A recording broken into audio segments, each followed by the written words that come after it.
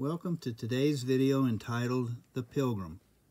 You can find The Pilgrim on pages 66 and 67 of Byron Preiss' book, The Secret. The photo on page 67 has been identified as part of the main national monument located at the Merchants Gate entrance to Central Park in Manhattan, New York City. The main national monument was dedicated in 1913 and honors the 258 American sailors lost when the USS Maine exploded in 1898 and sank in Havana Harbor, Cuba.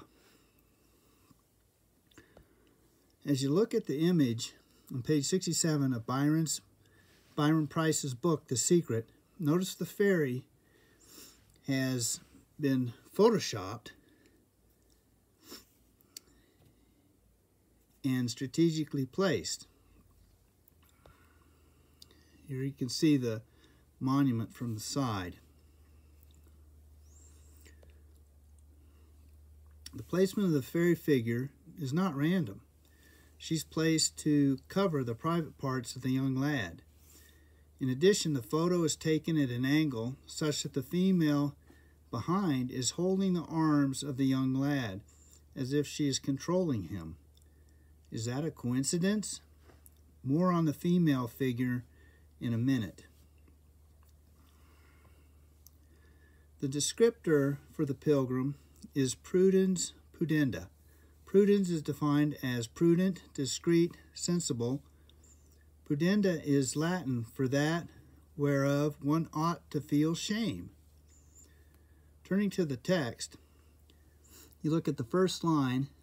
There's scarcely a human activity which this priglet does not stick her blue nose, sniffing for smut.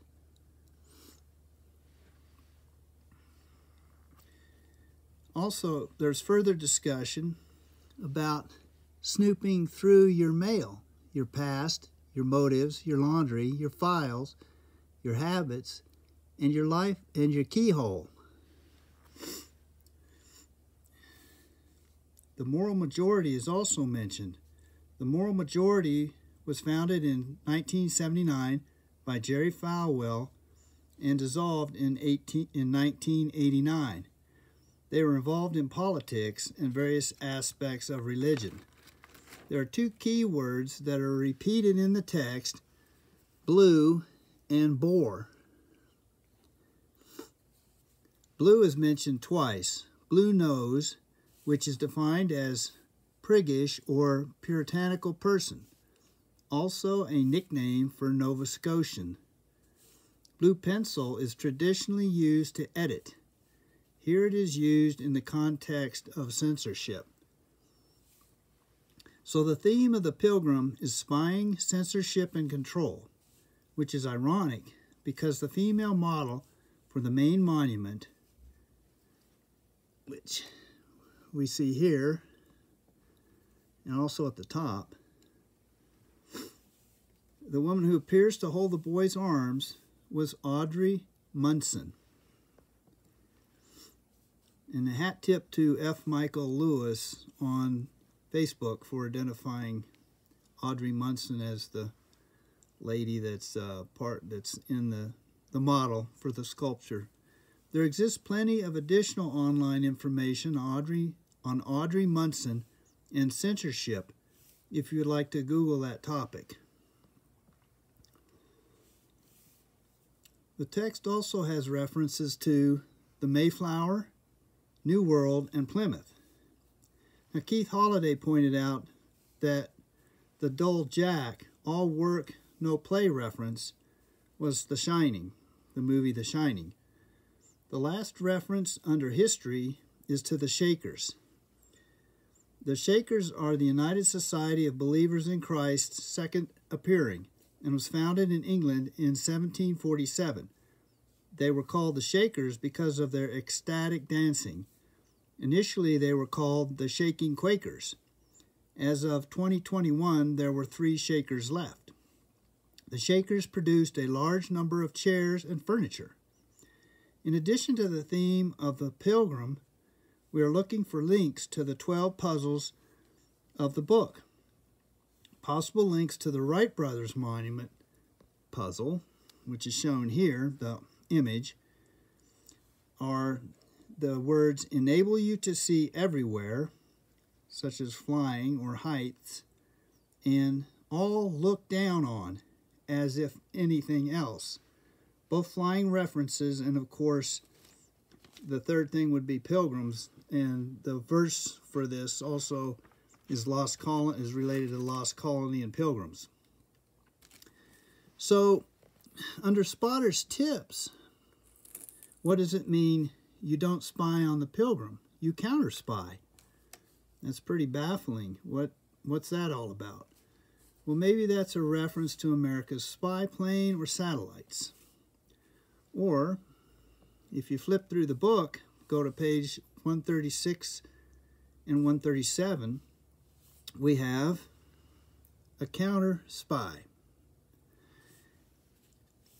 Under the text on page 136, we have multiple uses of the word bore, as you can see here. Remember, it was a key word in The Pilgrim. Also, dull Jack from The Shining was boring Jack. Well, until he lost his mind. Keith Holliday also pointed out the similarity of the Olympic structures, as seen here, and I have some other images, to the image on page 137. And you can see this looks kind of like the Tupperware, maybe the ketchup bottle and the mustard over here. Tupperware, ketchup, and mustard. And here's another screenshot. Here it shows the light poles. The light poles might even be found here. Again, this is just interpretation. Take it or leave it. But lastly, we would need to note the checkerboard pattern on page 137. And of course, there it is in the Montreal image. Checkerboard pattern. Could that checkerboard pattern be checkerboard? Could that be the board that we're looking for? B-O-R-E. Play on words.